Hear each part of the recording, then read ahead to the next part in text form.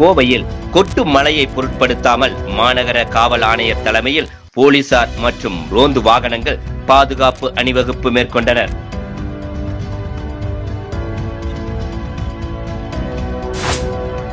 தமிழ்நாட்டில் வருகின்ற ஏப்ரல் 23ஆம் தேதி 234 சட்டப்பேரவை தொகுதிகளுக்கும் ஒரே கட்டமாக தேர்தல் நடைபெறுகிறது.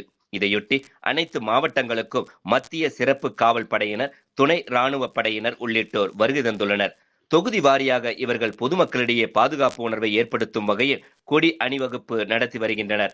இதன் ஒரு பகுதியாக கோவை மாநகர காவல்துறை சார்பில் காவலர்கள், காவல்துறை ரோந்து வாகனங்கள் பங்கேற்ற அணிவகுப்பு நடைபெற்றது. கோவை காந்தி பார்க் பகுதியில் இருந்து வனக்கல்லூரி வரை நடைபெற்ற இந்த அணிவகுப்பை மாநகர காவல் ஆணையர் கண்ணன் IPS துவங்கி வைத்தார். இதில் துணை ஆணையர்கள், இணை ஆணையர்கள், ஆய்வாளர்கள், உதவி ஆய்வாளர்கள், காவலர்கள் உள்ளிட்ட 100க்கும் மேற்பட்டோர் பங்கேற்றனர். போலீஸ் பேண்ட் வாத்தியம் முழங்க கொட்டும் மழையை பொருட்படுத்தாமல் 70க்கும் மேற்பட்ட 4 சக்கர காவல்துறை ரோந்து வாகனங்கள் மற்றும் 50க்கும் மேற்பட்ட 2 சக்கர ரோந்து வாகனங்கள் இந்த அணிவகுப்பில் பங்கேற்றனர்.